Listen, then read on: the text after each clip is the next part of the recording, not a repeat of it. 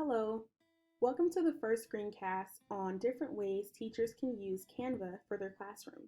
The first way Canva can be used in your classroom is making a vision board. This is a fun way to collaborate with your students and showcase collective goals for the school year. If you're teaching remotely, this is a great way to do this collaborative classroom project online. Before I begin, I want to specify that I am using the desktop version of Canva. It's also worth mentioning that I'm using the free version of Canva.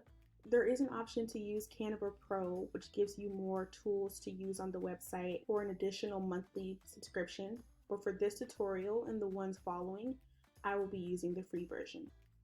What you're seeing is the finished product of a classroom vision board. Let's get started and I'll show you how I created this. Go to canva.com. You will have to create an account if you don't have one already.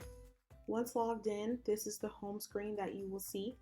You do have the option to choose from many of the templates provided, but for this example, I'm going to click Create a Design and search for US letter document. And this gives me a completely blank canvas to create the vision board on. The first thing any vision board needs is photos. To get photos onto your vision board, you have a few options. You can collect photos from the internet, or you can get personal photos from your students. The great thing about Canva is they also provide photos for you to use. If you want to use a photo from Canva, click on the Photos tab. Here you can begin to search for pictures that you want to go on the vision board.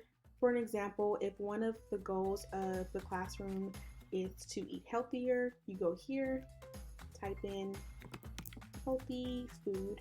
One thing to note is some of the pictures are only available for pro users, and you can see that down in the corner here, but they also have many pictures available for users who are using the free version, such as this one.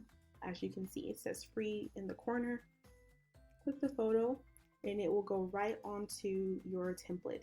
To use your own photos, click on the Uploads tab. Once you have your photos collected, you can select multiple files and drag and drop them into Canva.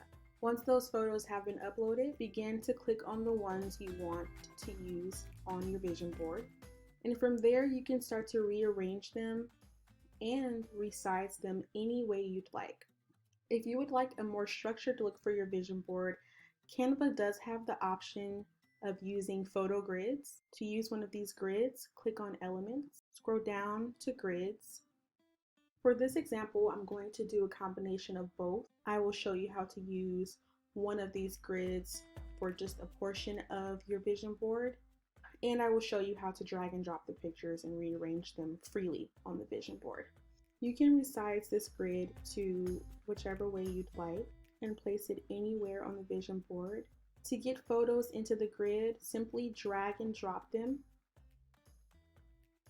To add more of your own photos, go back to the Uploads tab.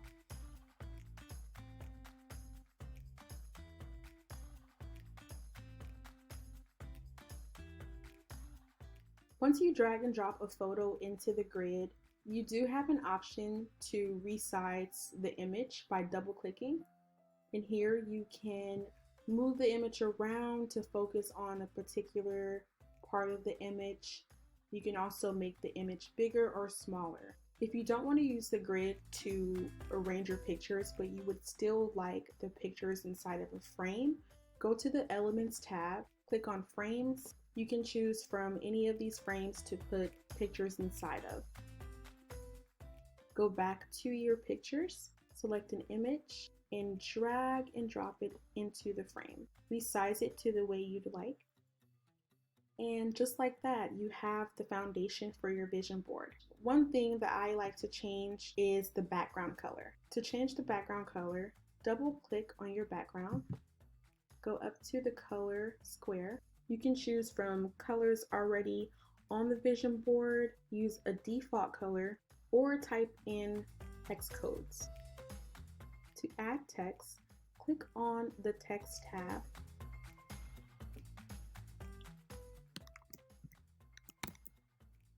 To change the color, click on Text Color. Another way to change the text is to add effects. I want to add a little more elements to make it fun and inviting for the students. To do that, click on the Elements tab, and from here you can search different things to add on to the vision board. I like stars to remind my students that they are superstars. You can also change the color of the elements. You can also change the transparency of the elements. Feel free to add more text.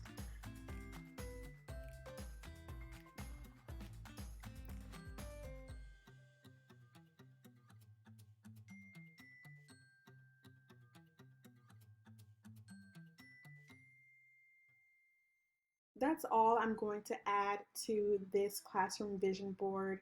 The last thing you want to do is download this vision board so that you can share with your class. Thank you for watching.